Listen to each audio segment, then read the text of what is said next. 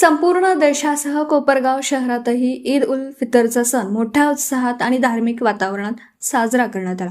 पवित्र रमजान महिन्याच्या समाप्तीनंतर येणाऱ्या या सणानिमित्त मुस्लिम बांधवांनी मोठ्या संख्येने एकत्र येत नमाज अदा केली। शहरातील जुनी ईदगाह येथे सकाळी 9 वाजता नमाज पठण करण्यात आला, तर नवी ईदगाह 105 परिसर येथे सकाळी 9:30 वाजता नमाज अदा करण्यात आली। नमाजानंतर मुस्लिम बांधवांनी एकमेकांना गळा भेट देत ईद मुबारकच्या शुभेच्छा दिल्या। यावेळी परिसरात आनंद, उत्साह आणि बंधुभावाचं वातावरण निर्माण झालं होतं। या प्रसंगी मुस्लिम समाजाच्या वतीने विविध ठिकाणी सेवाभावी उपक्रमांचं आयोजन करण्यात आलं होतं। लहान मुलांपासून ते ज्येष्ठ नागरिकांपर्यंत सर्वांनी या सणाचा आनंद लुटला। दरम्यान मुस्लिम बांधवांना शुभेच्छा देण्यासाठी युवानेते विवेक कोल्हे यांच्यासह भारतीय जनता पार्टीचे सर्व नगरसेवक उपस्थित होते। तसेच राष्ट्रवादी काँग्रेस पार्टी अजित पवार गटचे नगरसेवकही उपस्थित राहून त्यांनी मुस्लिम बांधवांशी संवाद साधत ईदच्या शुभेच्छा दिल्या।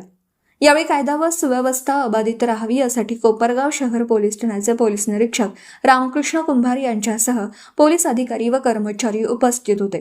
त्यांनी देखील मुस्लिम बांधवांना ईदच्या शुभेच्छा दिल्या।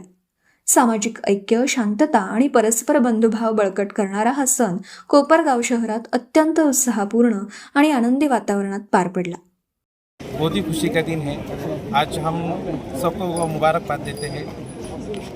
ईद मुबारक। आज पवित्र अशा रमजानचे 30 दिवसाचे उपवास सांगता ज्या दिवशी होती असा पवित्र असा सण रमजान ईदच्या निमित्ताने सर्वच मुस्लिम बांधवांना मी खूप खूप शुभेच्छा देतो।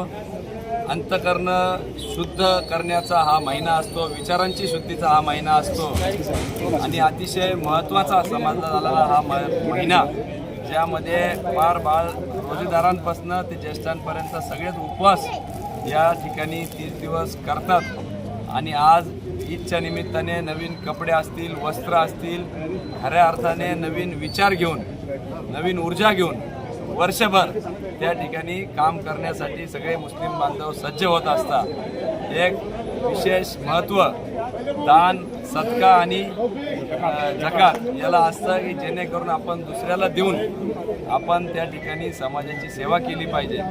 अशा या रमजान ईद निमित्ताने मी सगळ्यांनाच या निमित्ताने खूप खूप शुभेच्छा देतो आणि थांबतो। धन्यवाद।